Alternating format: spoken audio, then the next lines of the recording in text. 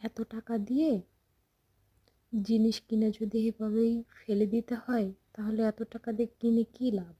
শুধু শুধু টাকার অপচয়, তাছাড়া আর কিছুই না। এই ঝিনুকের মধ্যে সব কিছুই তো ফেলে দিলাম, থাকলো শুধু পরিষ্কার এতটুকুই।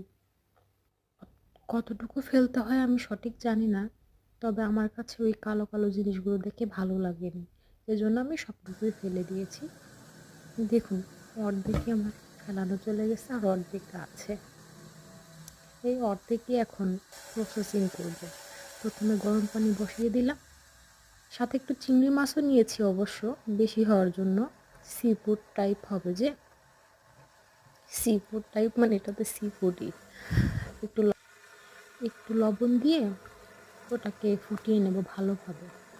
উপরে গাজা উঠবে, নোংরা পানি উঠে যাবে, ফেলে ধুয়ে তারপর একদম মাংসের মতো করে ভুনা করে নিব।